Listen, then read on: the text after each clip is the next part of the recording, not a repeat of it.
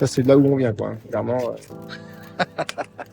Voilà ce que je constate pour le moment, des plantes en meilleure santé, du moins plus vigoureuses et moins sujets aux attaques d'insectes.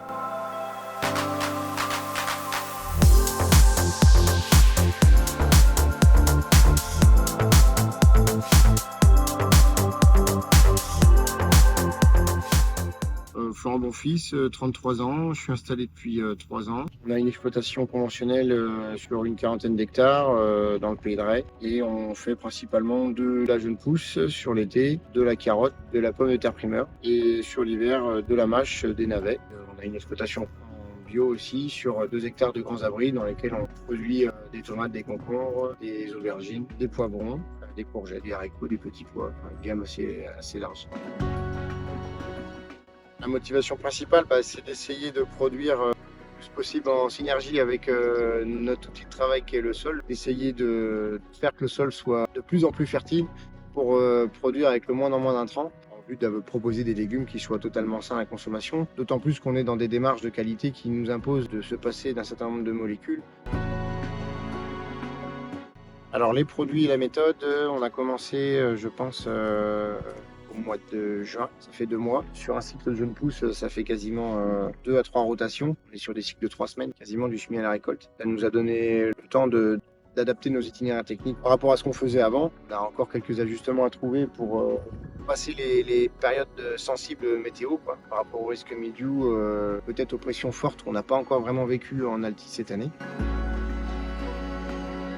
Et on recherchait une solution qui nous permette de pallier les mauvaises pratiques qu'on continue à avoir par le peu de travail du sol qu'on utilise aujourd'hui et l'utilisation de certains produits comme les herbicides notamment qui peuvent générer des déséquilibres notoires. Et le fait d'utiliser les produits PNES, notamment pour la partie sol, c'est de rééquilibrer le sol vis-à-vis des, on va dire entre guillemets, mauvaises pratiques qu'on a et de permettre aux plantes d'être moins sujets aux attaques de certains ravageurs. Et notamment, on a commencé à travailler ensemble sur la problématique des altises.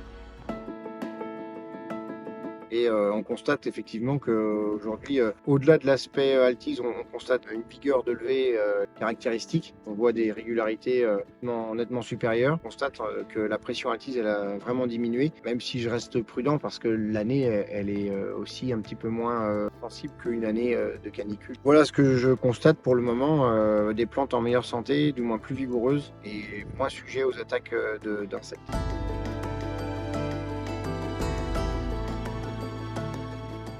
Sur la partie bio, on a des cultures avec des cycles beaucoup plus longs et on a eu des attaques pour le coup vraiment très sévères et on vient de loin, notamment sur les cultures d'aubergines où on avait des cultures qui étaient vraiment sur le point de lâcher.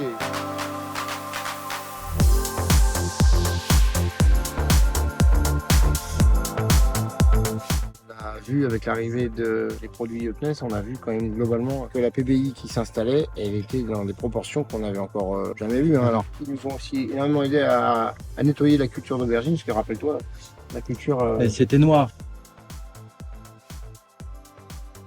C'était ça, quoi. Ça, c'est de là où on vient, quoi. Clairement. Tout était noir, comme tu imagines. Les fruits, on les passait à la lingette pour essayer de nettoyer tant bien que mal les collets du puceron et de la fumagine. C'était une régal.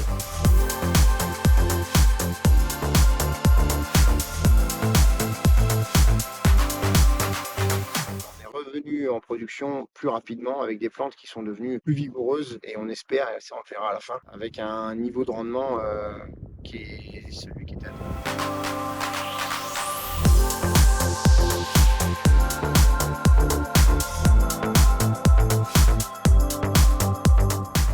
On délègue un peu la partie phyto à des salariés qui ont vécu dans d'autres entreprises, qui en ont fait beaucoup. Et ils sont assez surpris chez nous de voir le peu de passage que l'on fait avec des produits chimiques. Et quand ils appliquent des produits alternatifs, et en particulier les produits de chez PNES, c'est plus agréable. Déjà parce que d'un point de vue de l'odeur, que ça occasionne, ça ne génère pas des maux de tête. Et ils ont vraiment le sentiment de ne pas causer de nuisance à l'environnement. Et voilà, donc c'est vrai pour les produits PNES, mais c'est vrai pour l'ensemble des produits biocontrôle. Mais quand ils apportent un plus, en plus économiquement pour la culture, ça c'est un point non négligeable.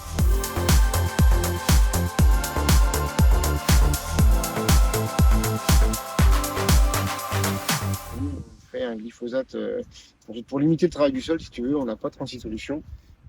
Pour détruire la culture d'avant, c'est de faire un glyphosate. Sauf que l'épinard, il se retrouve très très sensible aux résidus que ça peut occasionner. Il l'avait un peu déformé. On a mis du temps à identifier que ça devenait de ça. Et on trouve que les épinards, on a plus ce phénomène. Le Solstar doit dégrader, je pense, le peu qui reste de défaut. Alors, est-ce que c'est l'AMPA, est-ce que c'est, je sais pas moi. Avec notre centre technique, on a fait des mesures de résidus, on n'a trouvé rien. Y compris dans l'épinard, puisque l'épinard il part en laboratoire toutes les semaines pour vérifier qu'on n'a pas d'analyse de résidus de phytosanitaires dedans, puisque c'est des constats qu'on a avec Jean-Jacques. On n'a jamais rien retrouvé. Depuis qu'on met ça, sur le start notamment sur l'épinard, on a beaucoup moins de problèmes. Alors il n'y a pas de délai avant avec le détecteur en fait. Ça facilite grandement l'organisation des chantiers.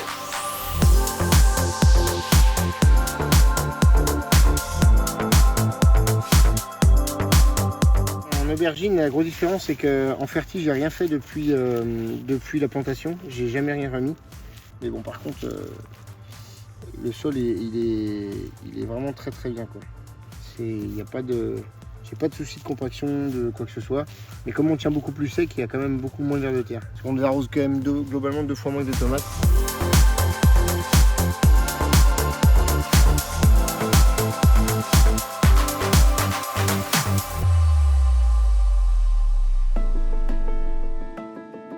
En temps d'adaptation, non, c'est assez facile, on est bien équipé pour appliquer les produits, c'est des produits qui s'appliquent facilement, on reste dans un schéma classique d'un produit qu'on intègre dans un pulvérisateur et qu'on applique. Il n'y a pas eu de matériel spécifique à investir pour ça. La particularité, c'est cette notion d'échange nécessaire, systématique, pour adapter les protocoles qui doivent être justement en phase avec le statut actuel de la plante, dans l'état dans lequel elle se situe et les contraintes auxquelles on fait face en termes de pression sanitaire. Donc ça, c'est vrai que bon, c'est quelque chose d'un peu nouveau par rapport à ce qu'on avait l'habitude de faire.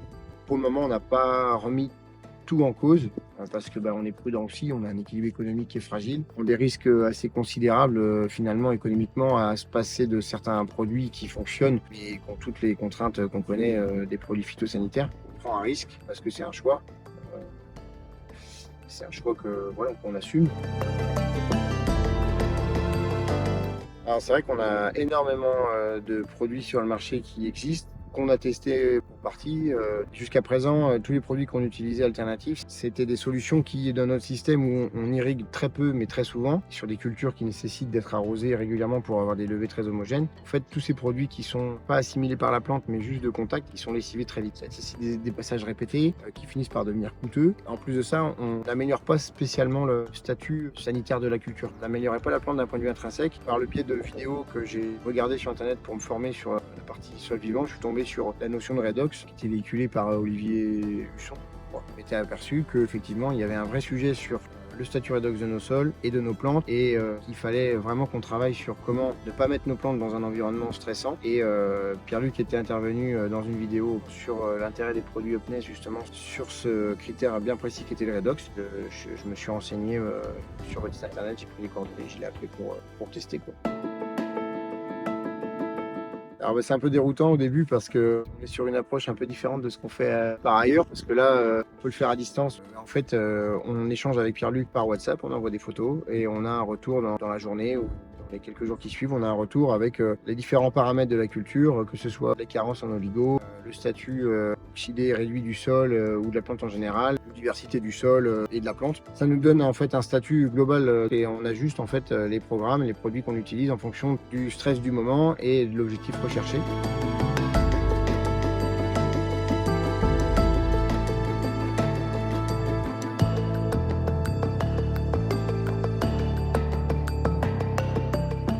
Le sol, ça fait du sol.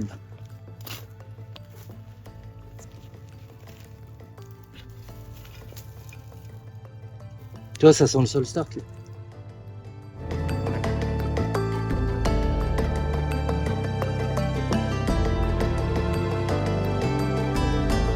Tu sens le sol est vivant, quoi. Donc ici, je trouve ça super beau. C'est dur. Ça, c'est magnifique. Donc, dès que tu mets un sol start ou un truc comme ça, tu as une réponse, mais de ouf.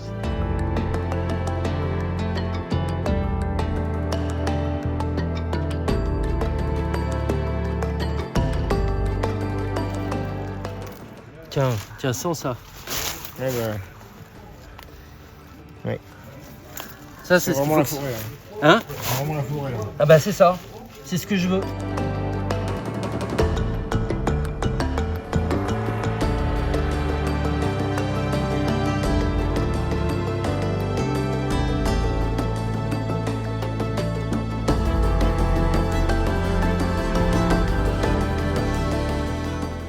Chaque fois qu'il y a des oxydations basses, les abeilles sont en pleine santé. Et ça, c'est un signe que ça va bien.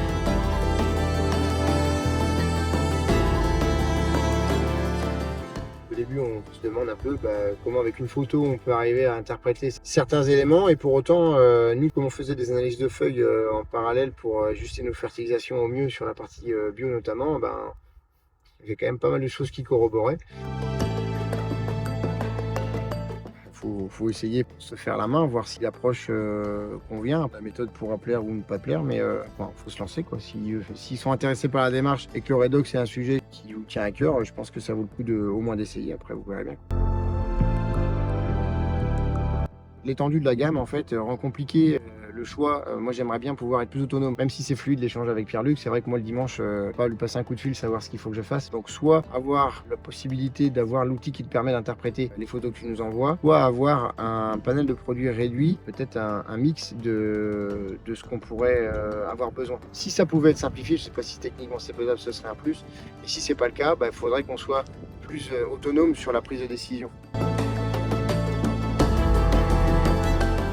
L'objectif qu'on s'est donné, c'est de continuer à réduire le travail du sol au maximum pour éviter de brûler cette matière organique, de 1. Et de 2, au niveau de la fertilisation, finalement, on utilise exclusivement de la fertilisation minérale chimique sur la partie conventionnelle. On se pose la question, suite aux échanges qu'on a eu avec Pierre-Luc, de justement travailler sur une fertilisation organique, en l'occurrence végétale, pour essayer d'améliorer la fertilité de nos sols et éviter en fait de la dégrader avec les engrais minéraux qu'on utilise aujourd'hui.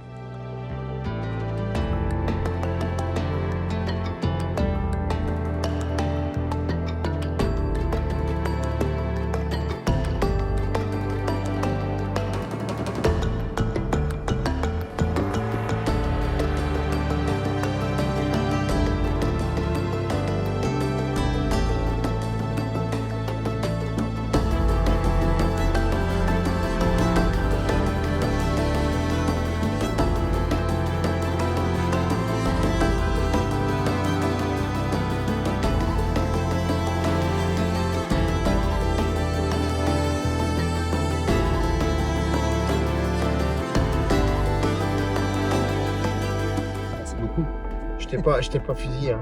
J'ai été. Mais de toute façon, l'entretien et les buts, c'est.